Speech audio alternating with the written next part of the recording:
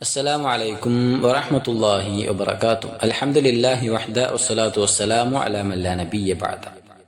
പ്രിയ സഹോദരങ്ങളെ, സുഹൃത്തുക്കളെ, അഹ്നികുൽ ഖുർആനിന്റെ മൂന്നാമത്തെ സെഷനിലെ 26ാമത്തെ ക്ലാസ്സിലാണ് നാം ഉള്ളത്.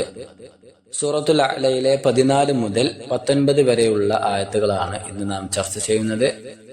ആദ്യമായി അതിന്റെ ഖിറാഅത്ത് നോക്കാം. അഊദു ബില്ലാഹി മിനശ് ശൈത്വാനിർ റജീം.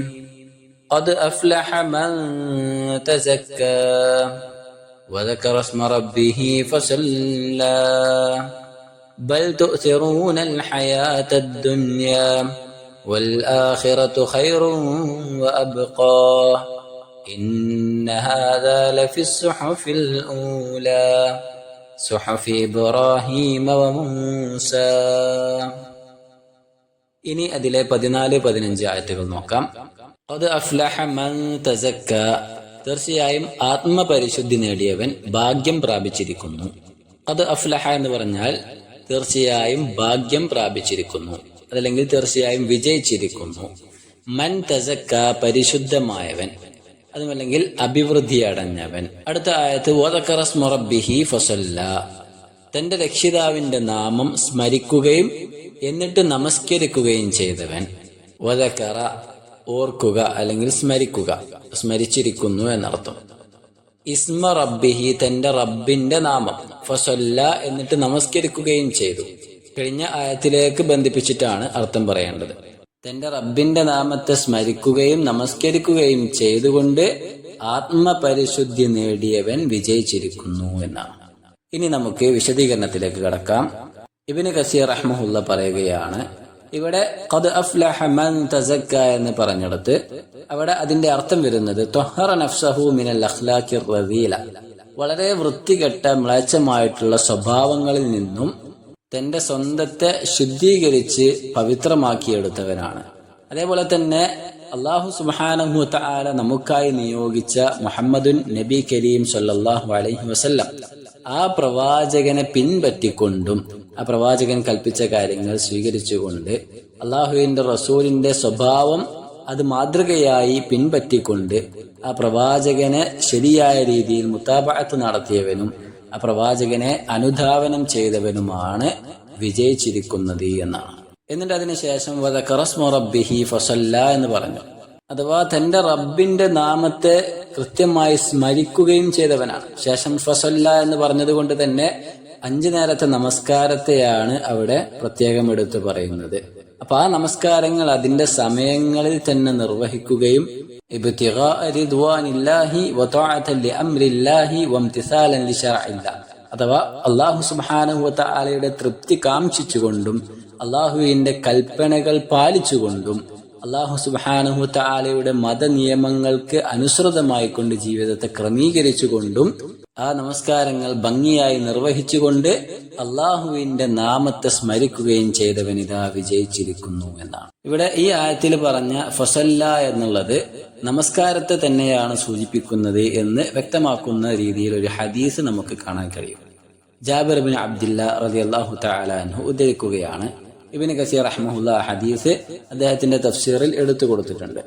അല്ലാഹുവിന്റെ റസൂൽ സല്ലല്ലാഹു അലൈഹി വസല്ലം തങ്ങൾ പറയുന്നു, ഖദ് അഫ്ലഹ മൻ തസക്ക എന്ന് പറഞ്ഞത് അത് മൻ ഷഹിദ അൻ ലാ ഇലാഹ ഇല്ലല്ലാഹ് വഖലഅൽ അൻദാദ വശഹിദ അന്നി റസൂലുള്ളാഹ്, ആരാണോ അല്ലാഹു സുബ്ഹാനഹു വതആലയെ അല്ലാതെ മറ്റൊരു ആരാധ്യനില്ലെന്നും അള്ളാഹു മാത്രമാണ് ആരാധ്യനായിട്ടുള്ളത് എന്ന് സാക്ഷ്യം വഹിക്കുകയും ചെയ്ത് ശേഷം വഖലഅൽ അൻദാദ, എല്ലാവിധ നിദ്ദുമാരെയും അള്ളാഹുവിനെ സമന്മാരായി സ്വീകരിച്ച എല്ലാവരെയും ഒഴിവാക്കുകയും ചെയ്യുന്നത് ആരാണോ, ശേഷം വശഹിദ അന്യ റസൂലുള്ളാഹ്, ഞാൻ അള്ളാഹുവിന്റെ പ്രവാചകനാണ് എന്ന് സാക്ഷ്യം വഹിക്കുകയും ചെയ്തതാരാണോ അവനാണ് തന്റെ സ്വന്തത്തെ പരിശുദ്ധപ്പെടുത്തിയവൻ.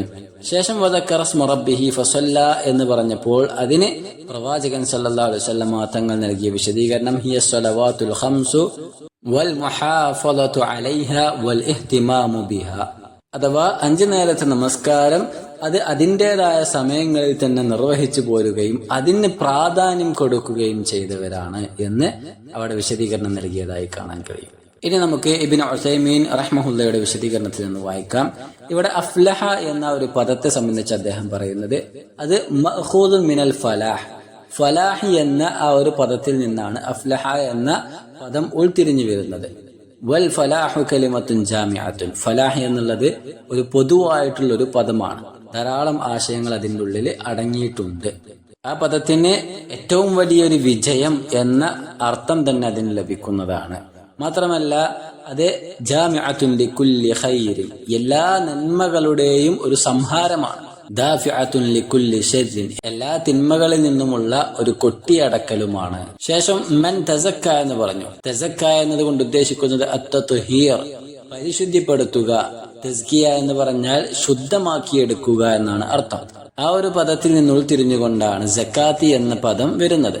സക്കാത്തി എന്നുകൊണ്ട് ഉദ്ദേശിക്കുന്നത് അത് തുതഹിറുൽ ഇൻസാൻ മിൻ അഖ്ലാഖിർ റദീല അഖ്ലാഖിൽ ബുഖൽ, അഥവാ ഒരു മനുഷ്യനെ ഏറ്റവും മ്ലേച്ഛമായ സ്വഭാവത്തിൽ നിന്നും അതേപോലെ തന്നെ പിശുക്കിൽ നിന്നുമെല്ലാം ശുദ്ധീകരിച്ചെടുക്കുന്ന ഒരു സ്വഭാവ സവിശേഷതയാണ് സക്കാത്ത് എന്നുള്ളത്.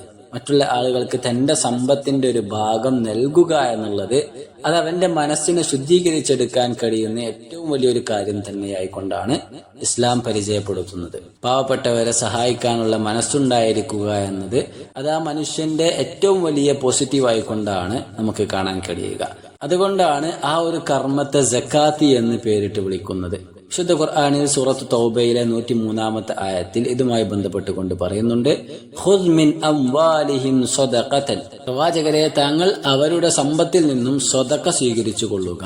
അഥവാ പ്രവാചകനോട് അവരുടെ സമ്പത്തിൽ നിന്നും സ്വതക്ക എടുത്തുകൊണ്ട് പാവപ്പെട്ടവരായ ആളുകൾക്ക് കൊടുക്കാൻ വേണ്ടി ആവശ്യപ്പെടുകയാണ്. സക്കാത്തിനെ സംബന്ധിച്ചാണ് അവിടെ സ്വതക്ക എന്ന് പരാമർശിച്ചത്. ശേഷം അള്ളാഹു പറഞ്ഞു തുതഹിറുഹും, അത് അവരെ ശുദ്ധീകരിക്കുന്നതാണ്. ഒരു മനുഷ്യൻ സക്കാത്ത് കൊടുക്കുമ്പോൾ അവന്റെ പാപങ്ങളിൽ നിന്നും അവനെ ശുദ്ധീകരിക്കുന്നുണ്ട്. അതേപോലെ തന്നെ മറ്റുള്ള ആളുകളെ സഹായിക്കണം എന്ന തരത്തിൽ അവന്റെ മനസ്സിനെ പാകപ്പെടുത്തിയെടുക്കാനും അതിന് സാധ്യമാകും.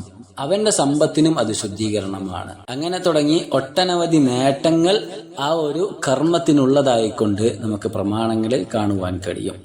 അപ്പോ അത്തരത്തിൽ വലിയ ആശയം വരുന്ന ഒരു പദം തന്നെയാണ് ഇവിടെ അല്ലാഹു സുബ്ഹാനഹു തആല പ്രയോഗിച്ചിട്ടുള്ളത്.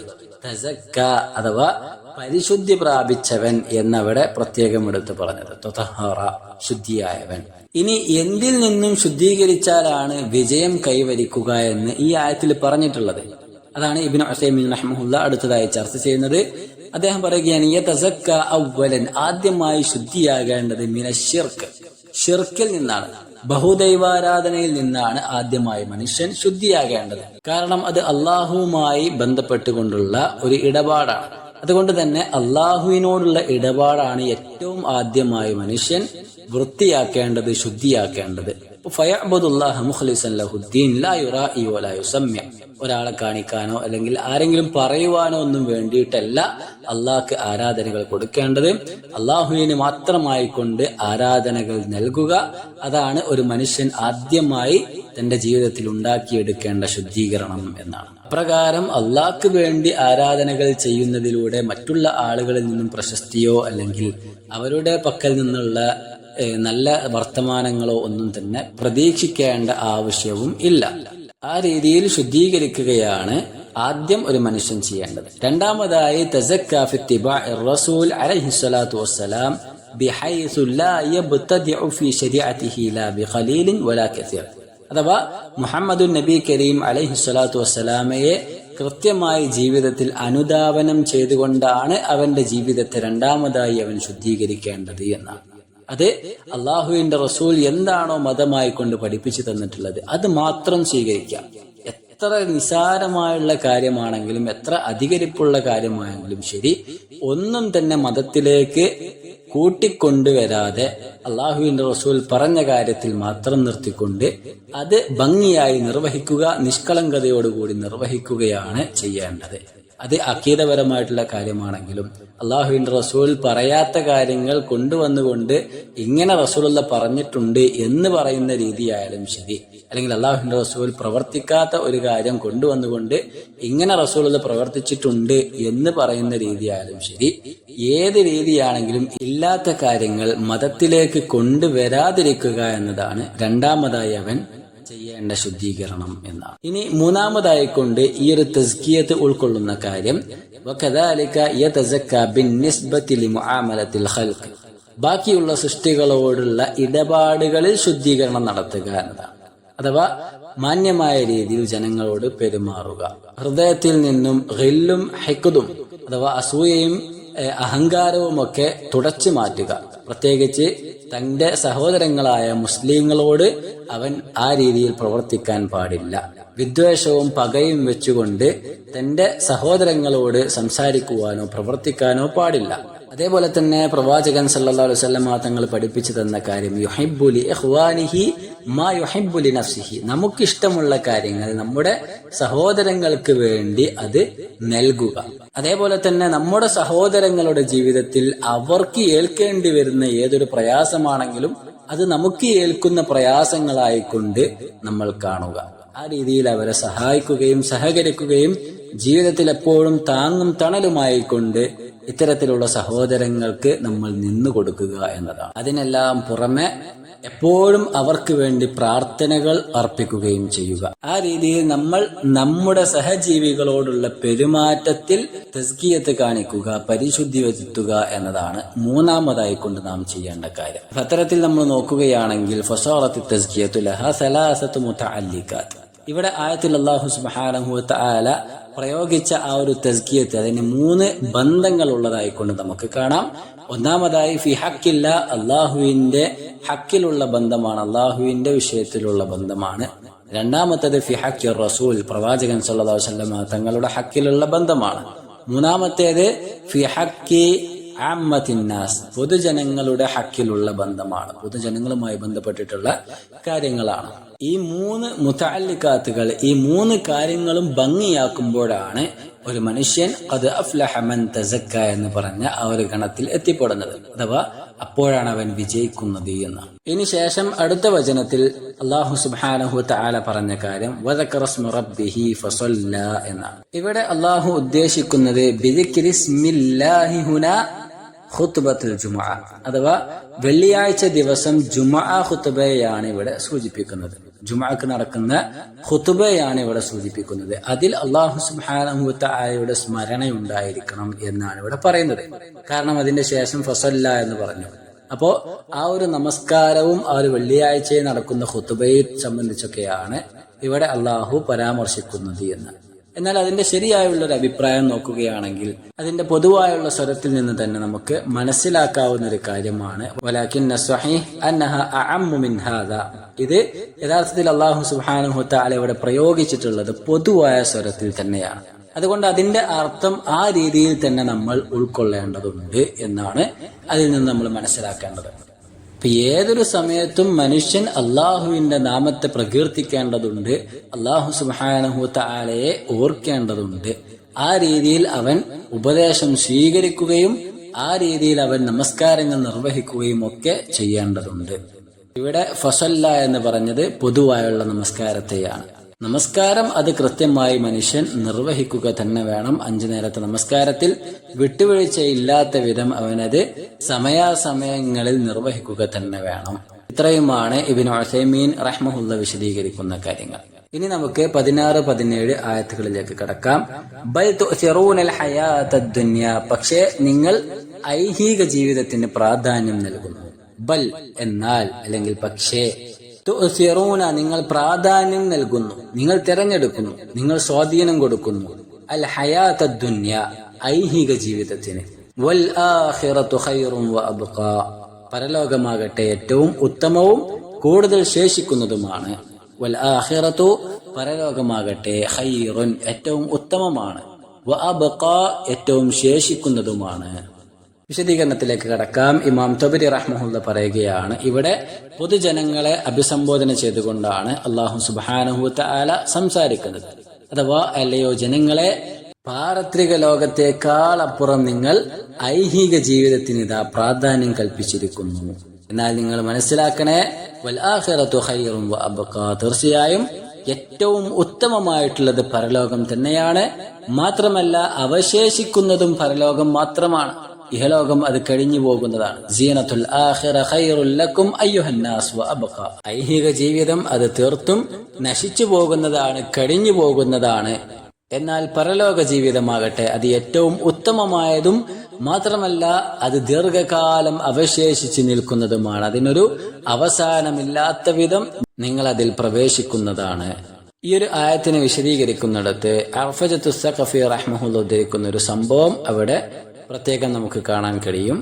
അദ്ദേഹം പറയുകയാണ്, ഇസ്തഖറഅതു ഇബ്നു മസ്ഊദിൻ, അഥവാ ഇബ്നു മസ്ഊദ് റളിയല്ലാഹു തആല അൻഹുവിനോട് ഈ ആയത്ത് ഞാൻ ഓതാൻ വേണ്ടി ആവശ്യപ്പെട്ടു. അങ്ങനെ അദ്ദേഹം ഈ അധ്യായം തുടക്കം മുതൽ ഇങ്ങനെ പാരായണം ചെയ്യുകയാണ്. ബൽ തുസിറൂനൽ ഹയാത്തദ് ദുനിയ എന്ന ആ ഒരു സന്ദർഭം എത്തിയപ്പോൾ അദ്ദേഹം ഓത്ത് നിർത്തി ജനങ്ങളിലേക്ക് തിരിഞ്ഞു നിന്നു. എന്നിട്ട് ജനങ്ങളോടായിക്കൊണ്ട് പറഞ്ഞു, വഖദ് ആസർനദ് ദുനിയ അലൽ ആഖിറ, ഇന്നിതാ നമ്മൾ ദുനിയാവിനെ ആഖിറത്തിനേക്കാൾ വലിയതായി നമ്മൾ കാണുകയാണ്, ദുനിയാവിന് കൂടുതൽ സ്വാധീനം കൊടുക്കുകയാണ്. ഇതിങ്ങനെ കേട്ടപ്പോൾ അദ്ദേഹം ഇങ്ങനെ ഉത്ബോധനം എന്ന രീതിയിൽ പറഞ്ഞു വരികയാണ്. ജനങ്ങളെല്ലാവരും നിശബ്ദരായി നിൽക്കുന്നു. ആ ഒരു സന്ദർഭത്തിൽ അദ്ദേഹം വീണ്ടും പറഞ്ഞു, അസർന ദുന്യ, നമുക്കിതാ ദുനിയാവിനോട് കൂടുതൽ സ്വാധീനം ഉണ്ടായിരിക്കുന്നു. കാരണം നമ്മൾ ഈ ഭൗതിക ലോകത്തെ അവിടെയുള്ള സൗകര്യങ്ങൾ മാത്രമാണ് കാണുന്നത്.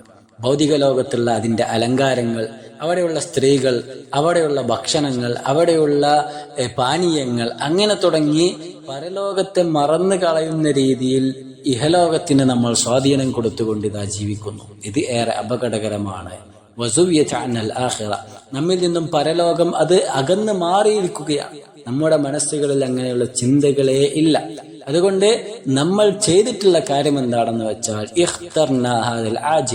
ഈ പെട്ടെന്ന് കഴിഞ്ഞു പോകുന്ന നിസ്സാരമായുള്ള ഈ ഒരു കാര്യത്തെയാണ് നമ്മൾ തിരഞ്ഞെടുത്തിരിക്കുന്നത് എന്നതാണ്.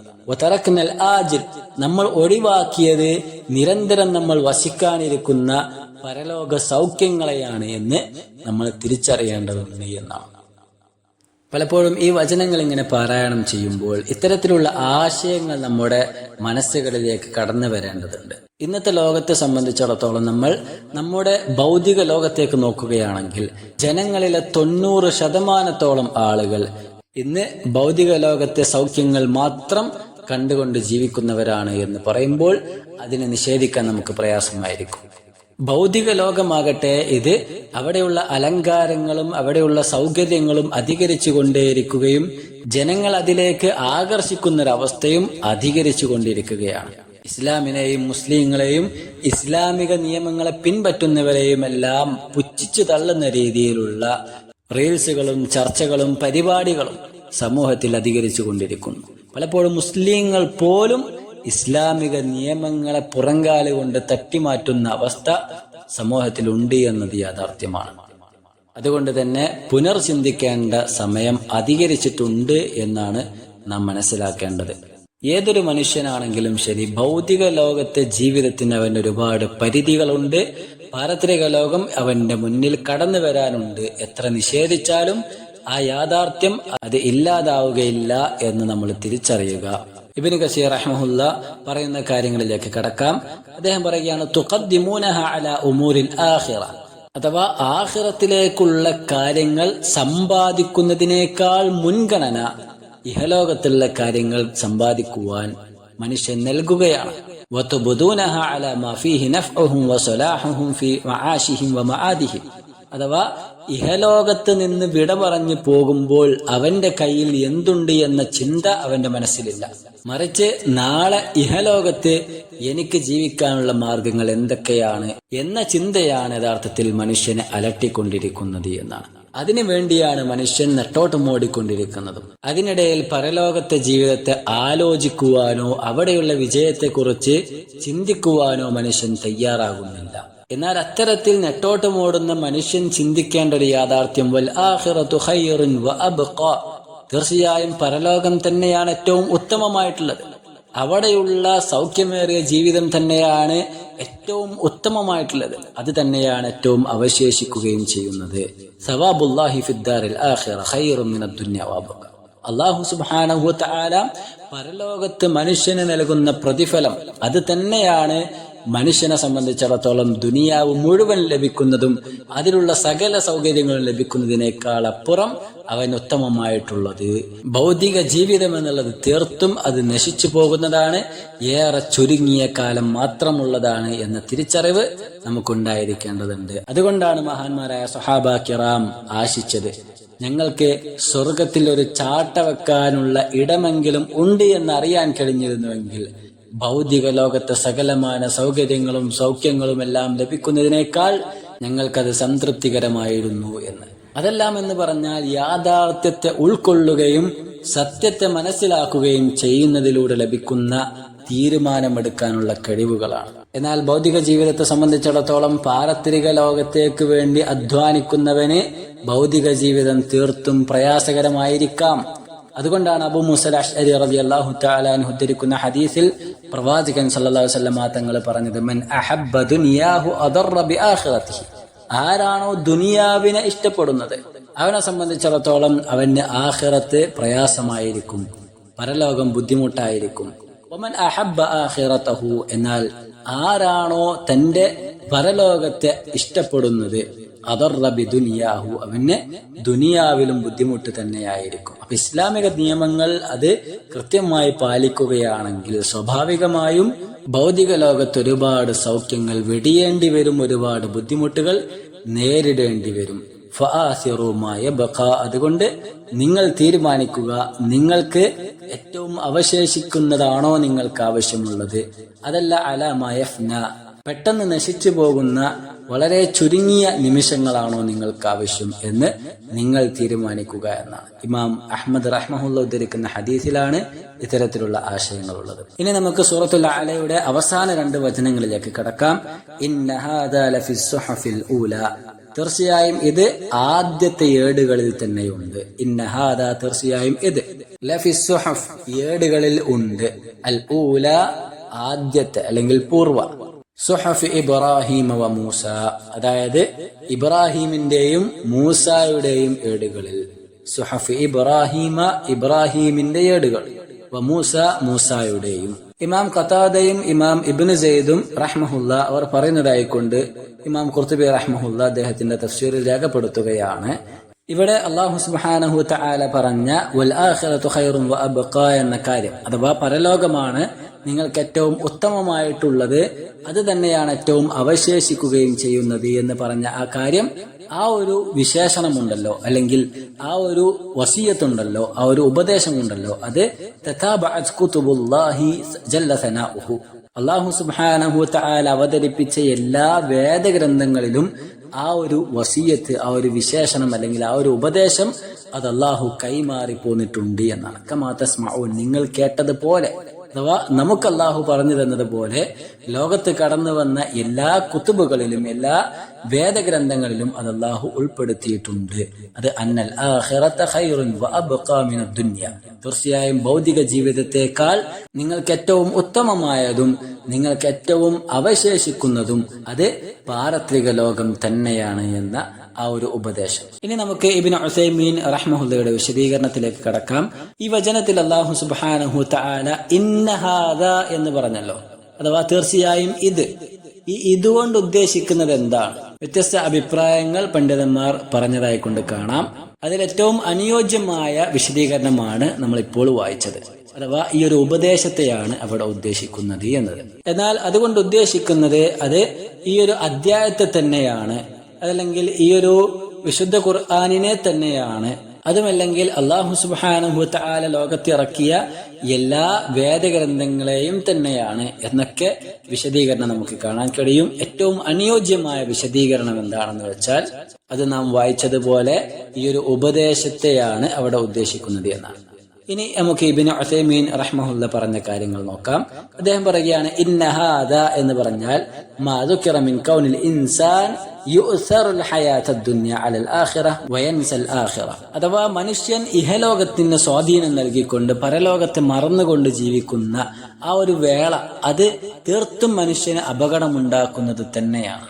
അപ്രകാരം ഒരിക്കലും തന്നെ മനുഷ്യൻ പരലോകത്തെ മറന്നുകൊണ്ട് ജീവിക്കാൻ പാടില്ല എന്ന ആ ഒരു ഉപദേശം അടങ്ങിയിട്ടുള്ള ഈ വചനങ്ങൾ അത് ഫിസ്സുഹുഫിൽ ഊല, കഴിഞ്ഞ ആദ്യകാലക്കാരുടെ സുഹഫുകളിൽ, വേദഗ്രന്ഥങ്ങളിൽ അത് അള്ളാഹു ഉൾപ്പെടുത്തിയിട്ടുണ്ട് എന്നാണ്. ആദ്യകാലക്കാരുടെ വേദങ്ങൾ എന്നുകൊണ്ട് ഉദ്ദേശിച്ചത് സുഹഫ് ഇബ്രാഹിം വ മൂസ, ഇബ്രാഹിം നബിയുടെയും മൂസ നബിയുടെയും തുടങ്ങിയ എല്ലാ പ്രവാചകന്മാരുടെയും ഏടുകളിൽ അതുണ്ട്. ഇബ്രാഹിം നബി അലൈഹി സ്വലാത്തു വസ്സലാമക്ക് ഏടുകൾ ലഭിച്ചിട്ടുണ്ട്, മൂസാ നബി അലൈഹി സ്വലാത്തു വസ്സലാമിനും ഏടുകൾ ലഭിച്ചിട്ടുണ്ട്. അതിൽ ഇത്തരത്തിലുള്ള ധാരാളം ഉപദേശങ്ങളും അള്ളാഹു ഉൾപ്പെടുത്തിയിട്ടുണ്ട്. അത് മനുഷ്യന്റെ ഹൃദയങ്ങൾ അലിഞ്ഞു പോകുന്ന, അല്ലെങ്കിൽ മനുഷ്യന്റെ അവസ്ഥകളിൽ നന്മയുണ്ടാക്കുവാൻ കഴിയും വിധത്തിൽ ധാരാളം ഉപദേശങ്ങൾ അതിൽ അല്ലാഹു സുബ്ഹാനഹു വ തആല ഉൾപ്പെടുത്തിയിട്ടുണ്ട്. അതിൽ ഈ രീതിയിലുള്ള ഉപദേശവും ഉണ്ട് എന്ന് അവിടെ അല്ലാഹു സുബ്ഹാനഹു വ തആല നമ്മെ ഓർമ്മപ്പെടുത്തുകയാണ്. നമ്മൾ ഈ വചനങ്ങളെല്ലാം പാരായണം ചെയ്യുമ്പോൾ നമ്മൾ ഉൾക്കൊള്ളേണ്ട ഏറ്റവും സുപ്രധാനമായുള്ള കാര്യം എന്താണെന്ന് വെച്ചാൽ, തീർച്ചയായും ഭൗതിക ലോകം അത് ഒരു നാൾ അവസാനിക്കുന്നതാണ്. അത് മനുഷ്യനെ ഒരിക്കലും തന്നെ ശാശ്വതമായി കൊണ്ട് നിലനിർത്തുവാൻ സാധിക്കുകയില്ല. മറിച്ച് മനുഷ്യന് ശാശ്വതമായുള്ള ഒരു ജീവിതം വരാനുണ്ട് എന്ന തിരിച്ചറിവ് എപ്പോഴും നമ്മുടെ ജീവിതത്തിൽ ഉണ്ടായിരിക്കേണ്ടതുണ്ട്. അതല്ലാത്ത പക്ഷം തീർത്തും നഷ്ടക്കാരനായി മാറുവാൻ അത് കാരണമാകും എന്ന ബോധം എപ്പോഴും നമുക്കുണ്ടായിരിക്കുക. നസ്അലുല്ലാഹ തആല അൻ യജഅലനാ വഇയ്യാകും മിമ്മൻ ഊതിയ ഫിദ് ദുനിയ ഹസനതൻ വഫിൽ ആഖിറതി ഹസനതൻ വവഖാഹു അല്ലാഹു അദാബൻ നാർ. അല്ലാഹു സുബ്ഹാനഹു വ തആല ദുനിയാവും പരലോകവും ഹസനത്തായിക്കൊണ്ട് നന്മ നിറഞ്ഞതാക്കിക്കൊണ്ട് മാറ്റിക്കൊടുക്കുന്ന യഥാർത്ഥ വിശ്വാസികളുടെ കൂട്ടത്തിൽ നമ്മയെല്ലാം ഉൾപ്പെടുത്തുമാറാകട്ടെ. കത്തിയേരിയുന്ന നരകത്തിന്റെ ശിക്ഷയിൽ നിന്നും അല്ലാഹു നമ്മയെല്ലാം കാത്തുരക്ഷിക്കുമാറാകട്ടെ. വസല്ലല്ലാഹു വസല്ലം അലാ നബിയിന മുഹമ്മദ്. അസ്സലാമു അലൈക്കും വറഹ്മത്തുള്ളാഹി വബറകാതുഹു.